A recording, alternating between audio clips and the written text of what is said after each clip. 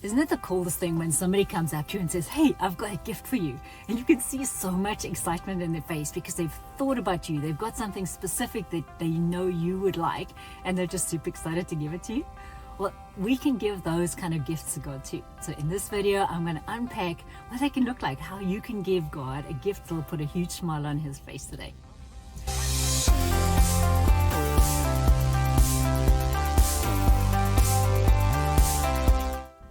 Hi there, I'm 𝐉𝐨𝐿𝐵 from AccomplishYourPurpose.com, where we love helping you to discover and accomplish the purpose that God made you for, the groove that you fit in, the race that you can run, as Paul talks about. So come across and visit us at AccomplishYourPurpose.com, and let's see how we can run with you on your journey too. If you're new here, consider liking, subscribing, and share this video. Let's send good news around the world. So there's a beautiful set of verses in 2 Corinthians 9, verse 6 to 8. And it talks about being a generous giver. That as we get to give to God, and we get to determine how we're going to give that, right? How much we're going to give and what attitude we're going to give it in. And then the promise is that as we give, he will just pour out over us so that we always have more than enough to give, both to him and to others, right? So as I sat reading these verses, I just realized that the main attitude in this whole set of 3 verses is delight, is being delighted at giving to God, being delighted at receiving from God, being delighted at being somebody who partners with God to get stuff done in the world, right? This is the beauty of being able to not only take our limited resources, the amount we have in our bank account or our wallet or our pocket, and think that that's all we have to give, because we actually have access to all of heaven, because he loves to give through a cheerful giver, right? So this took a little while for me, because I was very attached and still am, still on the journey, right, to the bank account balance, right? Because we need it. Money is a vital component of what we need here on earth. So it's taken me a while to surrender enough to God, to ask him to help me to be this cheerful giver. To be, I love to give gifts to people. I love to think of ways to be a blessing to people. But when it means that my own resources are going down, right?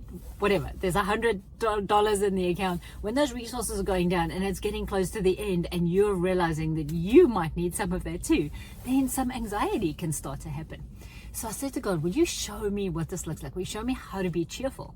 And he said, Lisa, the first thing is that you get to trust me. Right? Can you trust that I'm a good father? I said, Lord, sometimes it has looked like you are because there are resources, and sometimes it's looked like you aren't. So what do I do with that? What do I do with the fact that sometimes it does and sometimes it doesn't? Sometimes it looks like I can trust you and sometimes it doesn't. And he said, well, that's just you looking at your circumstances.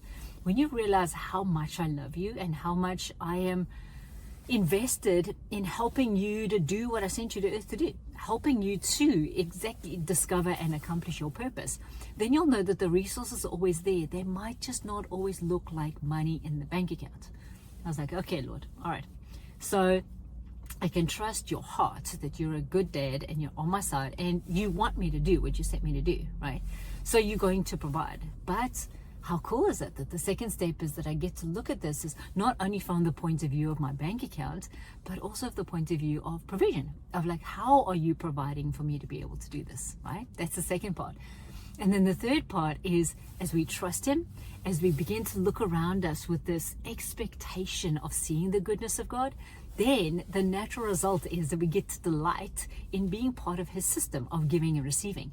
Because if you read all 3 of those verses, 2 Corinthians 9, 6 to 8, all 3 of them, you'll see that it's a whole system of kingdom giving and receiving that God is outlining.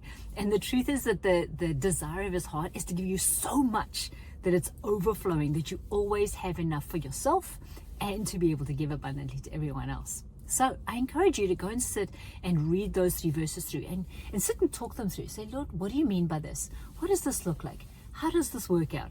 And sit with him and talk to him about what it looks like in your life, with your bank account balance and the things you have to pay and the people you want to give to and the calling that he has on your life, and let him unpack for you what that delight in generosity really gets at with him.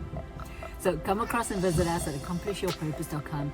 We love walking alongside you. Like, there is so much unique beauty in each one of us, but it takes some intentionality to see what that is and then to think about how you actually live it out in your daily life, right? And we love working with people to be able to do that. I've done that for over a decade and absolutely love the results that we see in people's lives.